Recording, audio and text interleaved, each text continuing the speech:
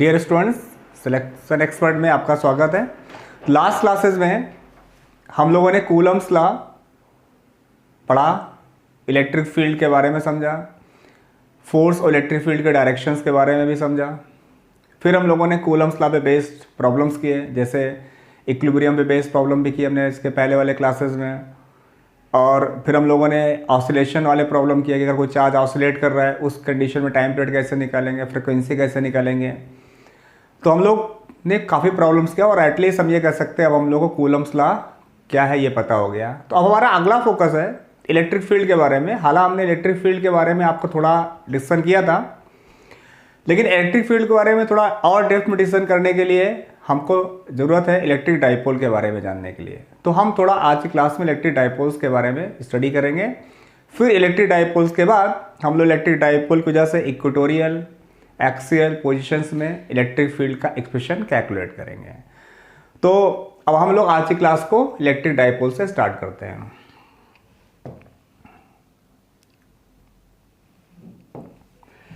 तो हमारा अगला कंसेप्ट है next electric dipole.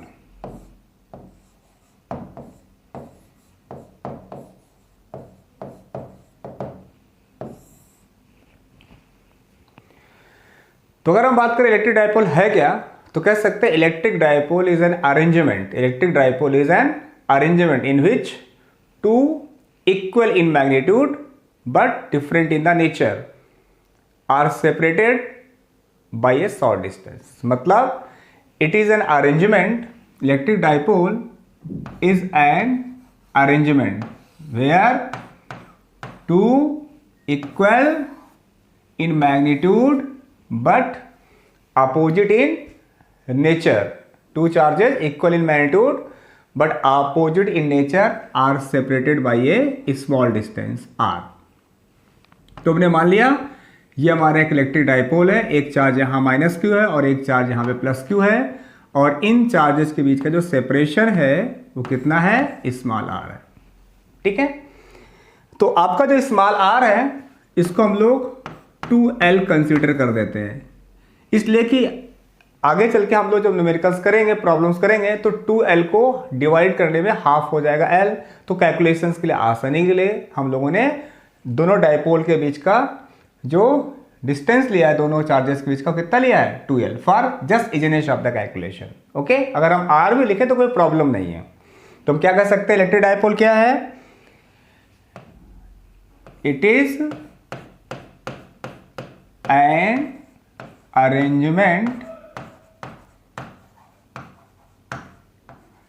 arrangement of two charges which are equal in magnitude but opposite in nature and separated by a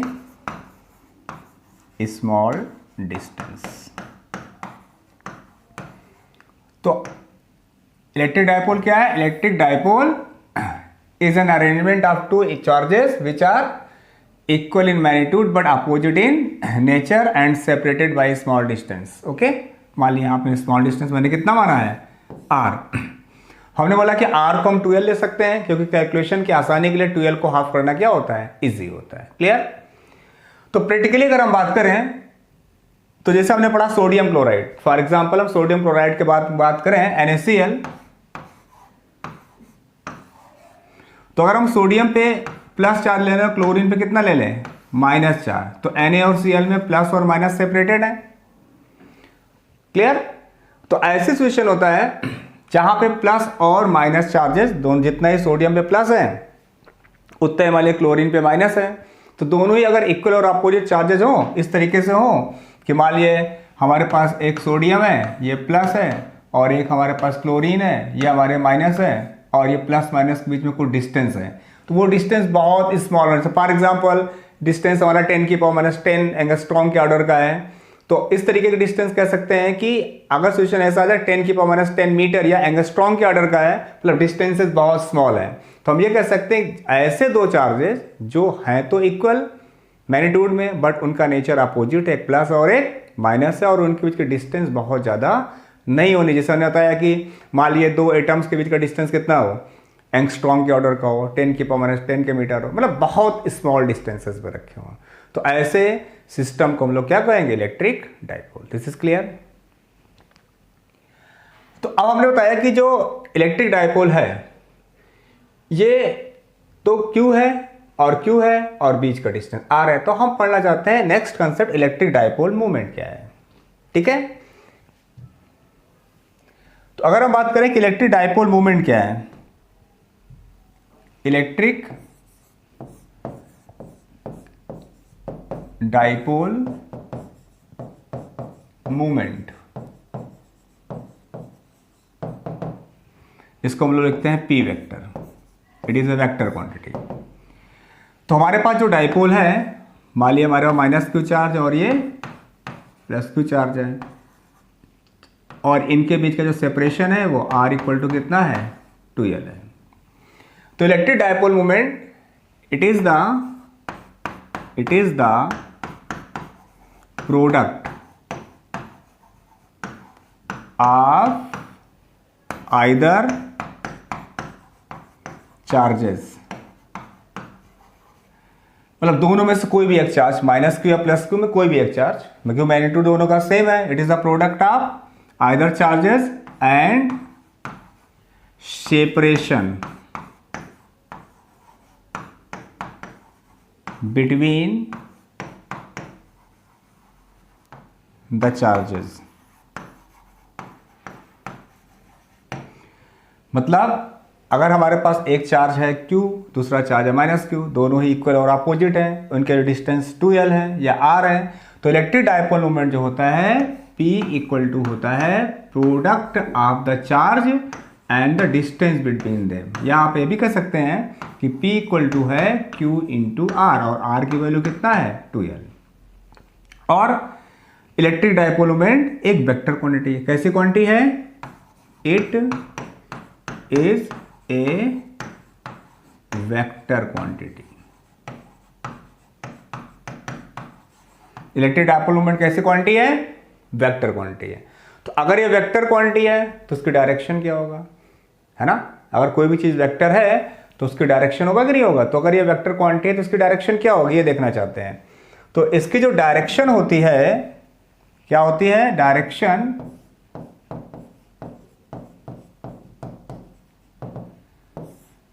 -Q to +Q। इसकी direction क्या होती है, इसकी डायरेक्शन होती है -Q टू +Q।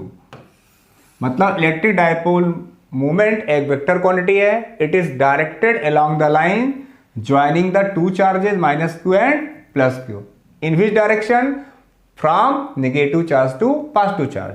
तो इलेक्ट्रिक डाइपोल मूवमेंट जो है इसी लाइन पे होगा, जो लाइन है, पर इसकी डायरेक्शन क्या होगा, इसकी डायरेक्शन होगा -Q से +Q की तरफ। This is the direction. तो अगर हम अपने इस वेक्टर नोटेशन में बात करें कि इलेक्ट्रिक डाइपोल मूवमेंट को अगर हम वेक्टर फॉर्म में लिखना चाहें तो कैसे लिखेंगे, अगर इसको हम वेक्टर फॉर्म में लिखना चाहें, इसी नोटेशन को, इलेक्ट्रिक डाइपोल मूवमेंट को हम वेक्टर फॉर्म में लिख सकते हैं, vector P equal to Q charge into separation, और इस डायग्राम में हमारा ये डायरेक्शन होना चाहिए, नेगेटिव टू पॉजिटिव, तो ये डायरेक्शन क्या हो जाएगा, इनटू आई कैप। तो हमारा जो डाइपोल मूवमेंट है कितना हो गया, Q इंटू 2L इंटू आई कैप, या इसको हम मैग्नीट्यूड फॉर्म में बोलें तो P इक्वल टू हो गया 2QL, ये इसका मैग्नीट्यूड हो गया, और ये हमारा क्या हो गया, डायरेक्शन। डायरेक्शन हमेशा क्या होता है, -Q से +Q, negative charge to positive charge, ये हमारा इलेक्ट्रिक डाइपोल मूवमेंट का डायरेक्शन होता है। तो हमें समझ में आया कि पहली बात इलेक्ट्रिक डाइपोल क्या है, ये एक अरेंजमेंट है जिसमें दो चार्जेस इक्वल और अपोजिट हो, उनका है ना, मैग्नीट्यूड में इक्वल हो, डायरेक्शन में एक मैग्नीट्यूड में इक्वल हो, और उनका नेचर क्या हो, अपोजिट हो। और एक स्मॉल डिस्टेंस पे रखे हों सेपरेटेड नेचुरली। देखिए जैसे मैंने मतलब एग्जांपल बताया सोडियम क्लोराइड में Na+ और Cl- इनके बीच का डिस्टेंस क्या होता है, बहुत स्मॉल हो, तो इस सिस्टम को हम लोग क्या बोलेंगे, इलेक्ट्रिक डाइपोल। फिर उन्होंने बताया कि इलेक्ट्रिक डाइपोल मोमेंट क्या होता है, it is the product of one of the charge, दोनों चार्जों में किसी एक चार्ज और उनके बीच का जो सेपरेशन है उन दोनों का प्रोडक्ट क्या कहलाता है, इलेक्ट्रिक डाइपोल मोमेंट कहलाता है। और कैसी क्वांटिटी है ये, वेक्टर क्वांटिटी है। इसकी डायरेक्शन क्या है, निगेटिव चार्ज से पॉजिटिव चार्ज की तरफ। क्लियर। अब हम बोले कि इलेक्ट्रिक डाइपोल मोमेंट का यूनिट क्या होता है, तो अगर हम ये चार्ज है और ये क्या लेंथ है, तो इसका यूनिट क्या हो गया, इसका हमारा यूनिट हो जाएगा कूलम मीटर हो गया, कूलम मीटर हो गया है ना, कूलम मीटर इसका यूनिट हो गया। अगर कोई बोले इसका डायमेंशनल फार्मूला क्या है, डायमेंशनल फार्मूला क्या है, डायमेंशनल फार्मूला, तो चार्ज क्यू, चार्ज क्या है I into T into L, तो डायमेंशनल फार्मूला क्या हो जाएगा इसका, डायमेंशनल फार्मूला चार्ज का I इंटू टी, I मतलब एम्पियर, T मतलब टाइम, L मतलब लेंथ, तो डायमेंशनल फार्मूला हो गया LTA। इसको मैंने ऑर्डर में लिख दिया, this is the dimensional formula of dipole moment. Clear. तो डाइपोल मोमेंट के बारे में हमको आइडिया लग गया।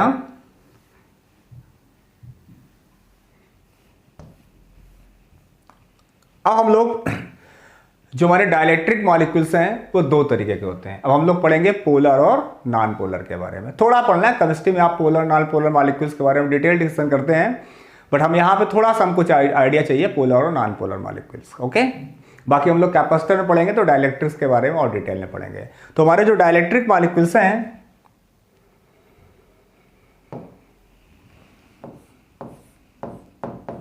डाइलेक्ट्रिक मॉलिक्यूल्स जो हमारे हैं ये दो तरीके के हैं। इसको हम क्लासिफाई कर सकते हैं, एक होता है पोलर, एक होता है नॉन पोलर।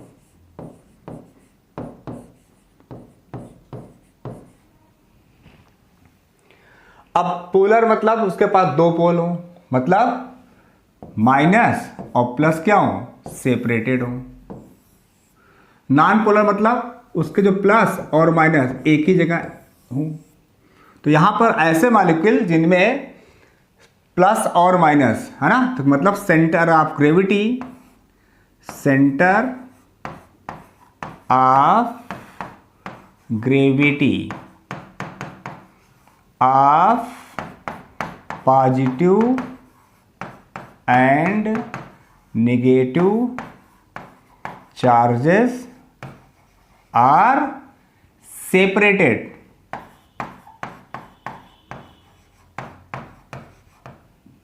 ओके, ऐसे मॉलिक्यूल जिनमें प्लस और माइनस क्या हो, सेपरेटेड हो, ऑटोमेटिकली सेपरेटेड हो। तो यहां पर क्या हो जाएगा,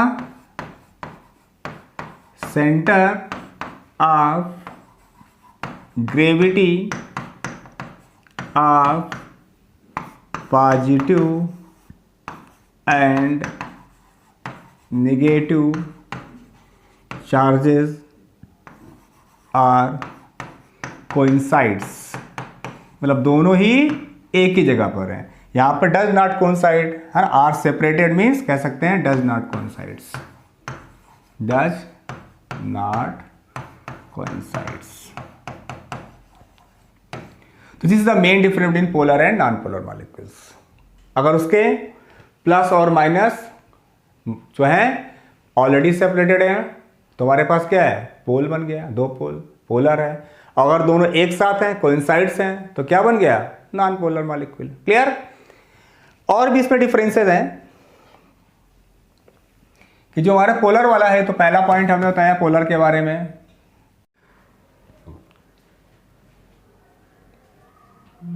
तो इसमें हमारा जो दूसरा डिफरेंस है वो क्या है, यहां पर आपने देखा कि पहले तो प्लस माइनस जो हमारे centre of gravity of positive negative charge अगर एक साथ है तब क्या है, हमारा नॉन पोलर है, अलग अलग है तो क्या है, पोलर है। अब हम क्या करना चाहते हैं कि जो दूसरा डिफरेंस है कि चूंकि यहां पर हमने इलेक्ट्रिक फील्ड नहीं अप्लाई किया, मतलब मैं इन absence of external electric field बात कर रहा हूं, तो इन absence of external electric field, जब हमारे पास कोई एक्सटर्नल इलेक्ट्रिक फील्ड नहीं है, बाहर से कोई इलेक्ट्रिक फील्ड नहीं लगाया है, डाइलेक्ट्रिक मॉलिक्यूल है उस पर बाहर से कोई भी मैंने इलेक्ट्रिक फील्ड नहीं लगाया, कोई भी एक्सटर्नल इलेक्ट्रिक फील्ड नहीं है, उस कंडीशन में क्या है कि ये जो हमारे पास है पोलर, इनके पास क्या है, they have polar molecules have permanent electric dipole moment.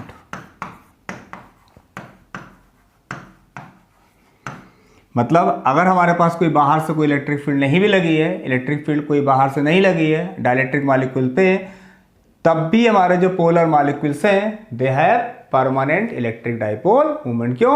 क्योंकि उनके पास प्लस और माइनस ऑलरेडी सेपरेटेड है, चार्ज भी और डिस्टेंस भी, तो उनके पास डाइपोल मोमेंट है।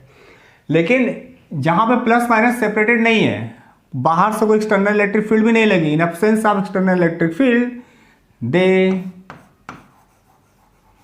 do not have permanent electric dipole moment।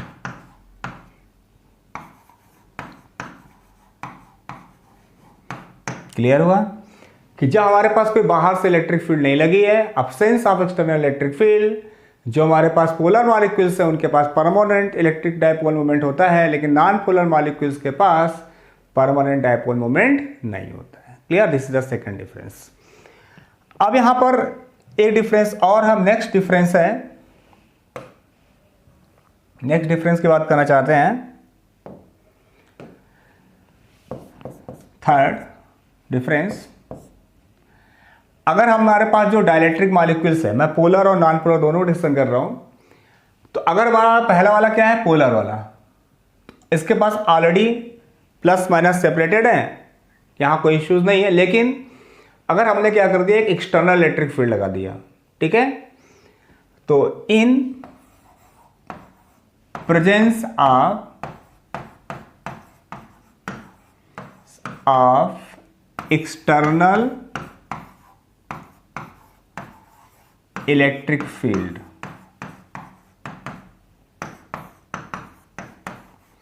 मतलब ये हमारे पास प्लस माइनस एक साथ हैं, नॉन पोलर मॉलिक्यूल्स हैं, और इस नॉन पोलर मॉलिक्यूल्स के केस में हमने क्या किया, एक्सटर्नल इलेक्ट्रिक फील्ड लगा दिया। मतलब यहां पर क्या है, अगर हमने एक्सटर्नल इलेक्ट्रिक फील्ड लगाया, मतलब हमारी कैसे मॉलिक्यूल है, ये नॉन पोलर है, प्लस माइनस एक साथ हैं, तो जब हमने एक्सटर्नल इलेक्ट्रिक फील्ड लगाया, तो एक्सटर्नल इलेक्ट्रिक फील्ड लगाने की वजह से क्या हुआ, प्लस और माइनस चार्जेस क्या हो गए, सेपरेटेड हो गए। क्या हो गए, प्लस माइनस चार्जेस सेपरेटेड हो गए। मतलब प्लस अलग हो गया, माइनस अलग हो गया। अगर प्लस माइनस अलग हो गया तो उनके पास क्या बन गया, डाइपोल मोमेंट हो गया। इसका मतलब ऐसी सिचुएशन में जब हम एक्सटर्नल इलेक्ट्रिक फील्ड लगा देंगे, तो जो हमारे नॉन पोलर मॉलिक्यूल के पास क्या होगा, डाइपोल मोमेंट इंड्यूस्ड हो जाएगा। तो दे हैव इंड्यूस्ड डाइपोल मोमेंट। तो इनके पास क्या है, इनके पास क्या है, इंड्यूस्ड डाइपोल मोमेंट है, इंड्यूस्ड डाइपोल मोमेंट। ये इंड्यूस्ड क्यों है, अगर हमने इलेक्ट्रिक फील्ड हटा लिया तो फिर से प्लस माइनस एक जगह हो जाएंगे। इसका मतलब जब तक इलेक्ट्रिक फील्ड है तब तक इसके पास डाइपोल मोमेंट है, इलेक्ट्रिक फील्ड हटा लिया, डाइपोल मोमेंट खत्म हो गया। तो जो हमारे नॉन पोलर मॉलिक्यूल्स होते हैं, इनके पास क्या होता है, इन they have induced dipole moment but not permanent dipole moment. Okay, तो हम ये कह सकते हैं कि एक्सटर्नल इलेक्ट्रिक फील्ड लगाने के बाद नॉन पोलर मॉलिक्यूल के पास डाइपोल मोमेंट आता है, बट वो कैसा है, वो इंड्यूस्ड है, ना कि परमानेंट है। तो हम लोग पोलर और नॉन पोलर के एग्जांपल्स भी कह सकते हैं। कुछ एग्जांपल्स हैं पोलर, नॉन पोलर।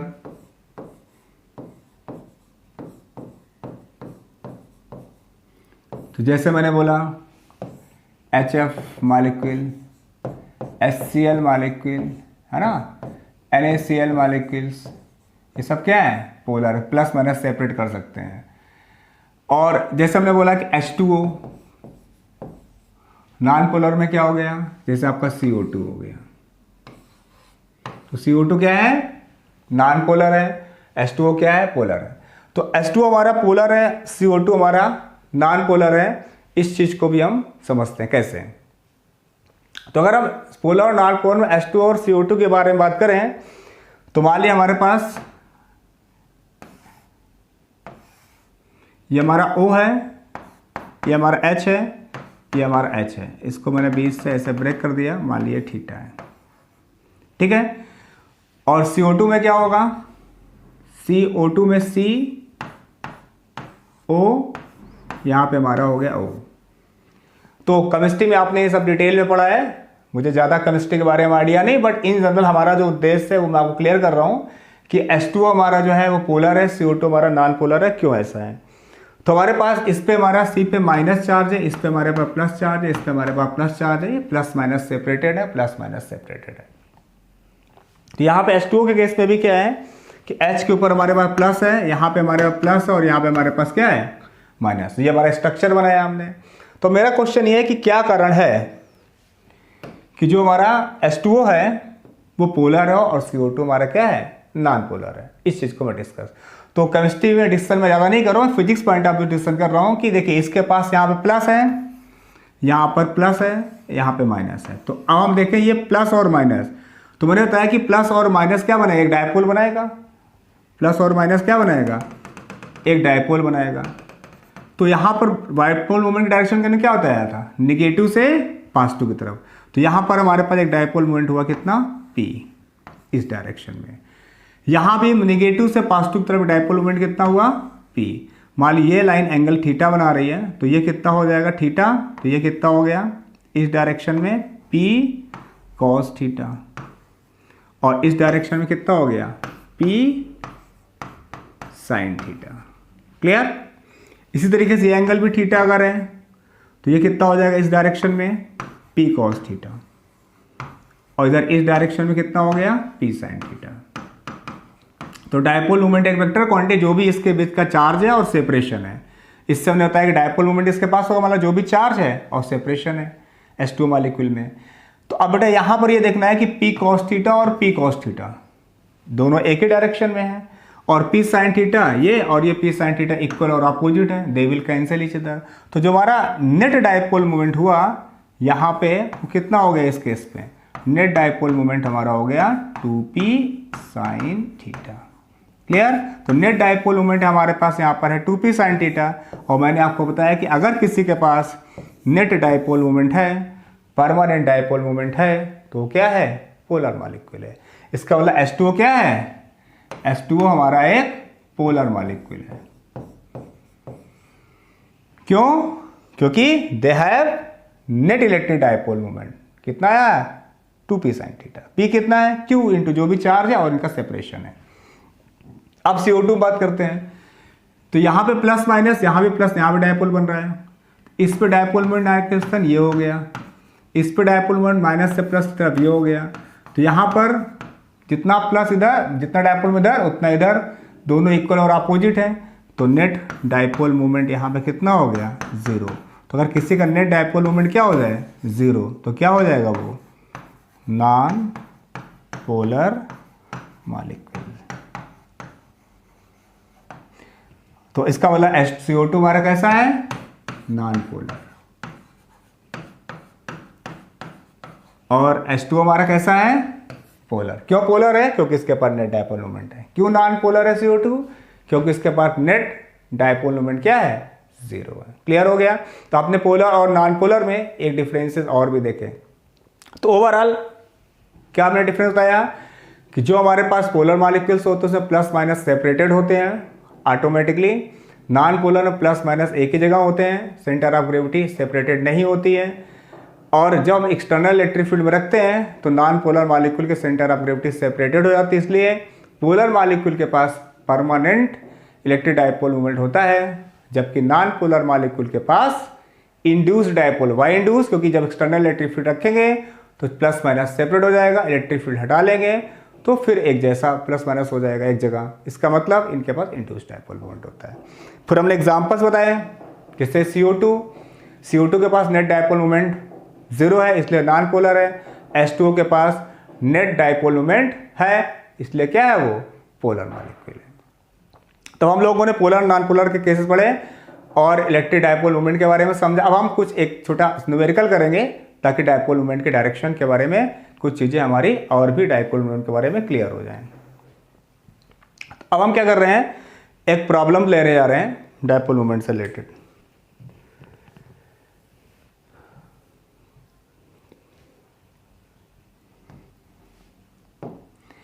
मान लीजिए यहां पर हमारे पास एक -2q चार्ज रखा हुआ है और यहां पर एक +q चार्ज रखा हुआ है,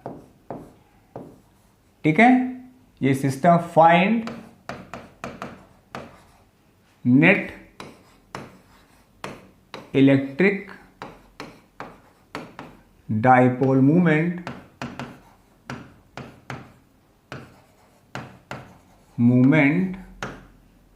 in the given system। तो जो हमारे पास ये गिवन सिस्टम है, इस सिस्टम में हमको नेट डायपोल मोमेंट बताना है कितना होगा। क्वेश्चन समझ में आ गया होगा आप लोगों को कि इसमें एक हमारे पास +q चार्ज है, यहाँ पे +q चार्ज है, ये हमारा -2q चार्ज है। मान लीजिए हमारा एक सिस्टम ऐसा है, ट्राइंगल है, इस सिस्टम पे मान लिया हमने बोल दिया इसको A पॉइंट, इसको B पॉइंट, इसको C पॉइंट। मान ली इसकी जो लेंथ है ये स्मॉल a है, ये भी लेंथ मान ली स्मॉल a है। तो आपको बताना है इस सिस्टम का नेट इलेक्ट्रिक डायपोल मोमेंट कितना है। क्लियर? तो यहां पर एक बात तो समझ में आ रही है कि ये -2q और +2q, तो डायपोल के लिए क्या नहीं चाहिए, एक माइनस और एक प्लस। तो इस डायग्राम को मैं रीअरेंज कर रहा हूं दूसरे तरीके से। कैसे देखिए, यहां पे मैंने बोला ये एक +q, फिर मैंने इसको बोला ये एक -q हो गया, ठीक। तो -2q के दो टुकड़े कर दिए, -q और -q, तो प्लस माइनस पे से एक डायपोल बन गया। दूसरा मैंने क्या किया समझाने के लिए, एक -q यहां रखा और फिर एक +q तो यहां पे हमारे पास था।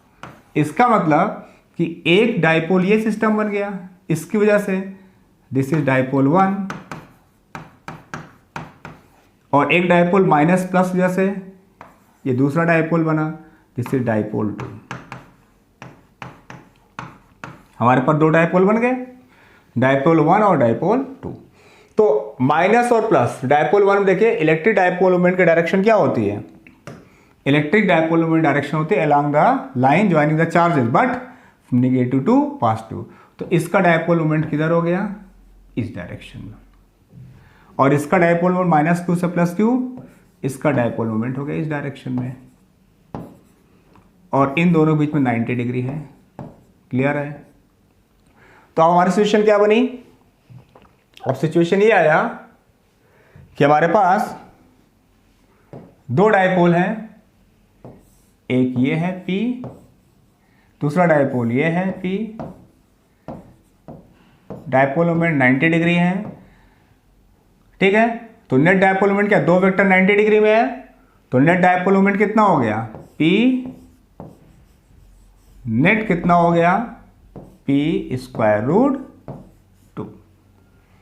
अब P कितना है, चार्ज, उनमें से कोई एक चार्ज, और सेपरेशन बीच में कितना था, QA, और क्या हो जाएगा √2। This is the net dipole moment of the given system. Hope ये प्रॉब्लम क्लियर हो गया होगा। अब एक दूसरा प्रॉब्लम लेते हैं।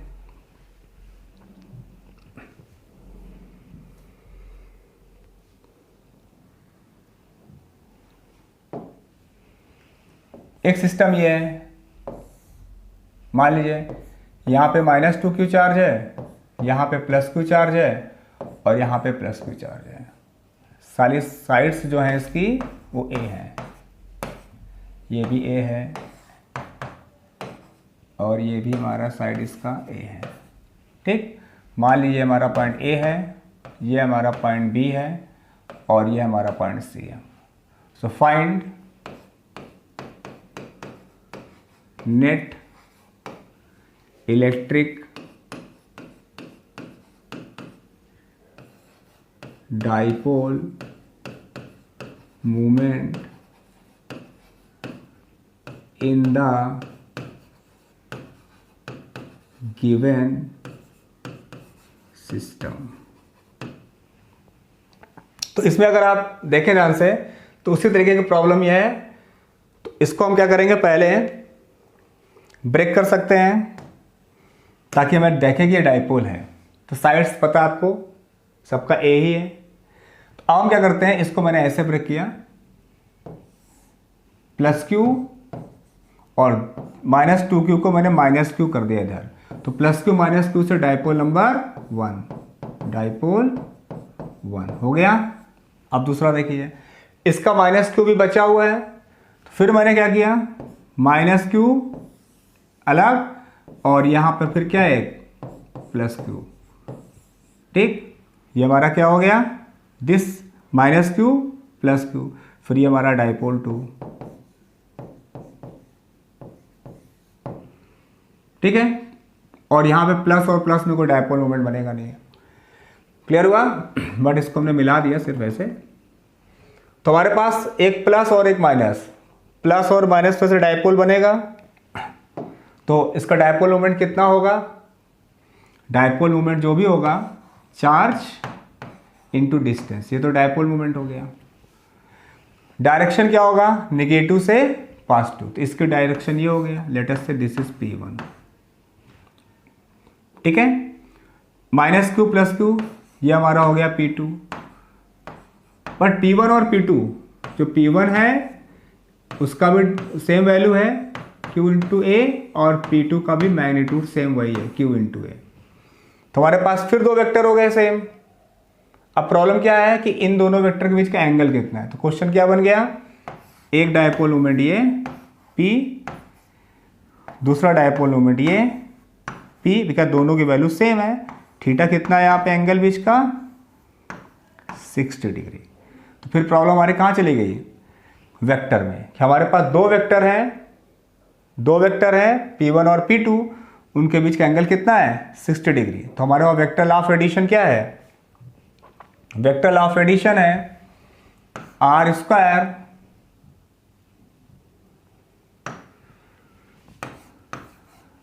Equals to P square plus Q square plus 2PQ cos theta. इस फॉर्मूले का यूज़ कर रहे हैं। तो यहाँ रिजल्टेंट मतलब हमारा नेट डायपोल मोमेंट है वो निकालना है। पहला डायपोल मोमेंट भी मान लो P है, दूसरा वेक्टर डायपोल मोमेंट भी P है, प्लस 2P इंटू एंगल कितना है, 60 डिग्री। तो P नेट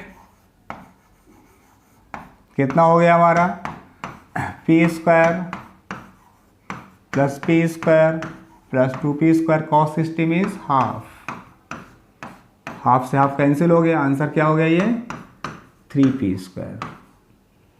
तो P नेट इक्वल टू कितना हो गया, square root 3 times of P, और P है कितना, Q इंटू ए। तो हमारा नेट डायपोल मोमेंट इस सिस्टम कितना हो गया, square root 3 times Q into a. ये हमारा हो गया इलेक्ट्रिक डायपोल मोमेंट। तो हमने देखा कि इलेक्ट्रिक डायपोल मोमेंट कैसे निकालते हैं, और इलेक्ट्रिक डायपोल मोमेंट एक वेक्टर क्वांटिटी है और इसके डायरेक्शन हमारा -q से +q होता है। तो नेक्स्ट लेक्चर में हम लोग इलेक्ट्रिक फील्ड कैलकुलेट करेंगे इलेक्ट्रिक डायपोल की वजह से। जैसे हम लोगों ने पहले क्लासेस में इलेक्ट्रिक फील्ड के बारे में डिस्कशन किया था, अब हम लोग क्या करेंगे कि इलेक्ट्रिक डायपोल लेंगे, उस इलेक्ट्रिक डायपोल की वजह से डिफरेंट सिचुएशन में हम लोग इलेक्ट्रिक डायपोल मोमेंट कैलकुलेट करेंगे। बेसिकली नेक्स्ट लेक्चर में कैलकुलेट करेंगे electric field due to electric dipole in axial position and equatorial position. We will continue it in next lecture. Thank you.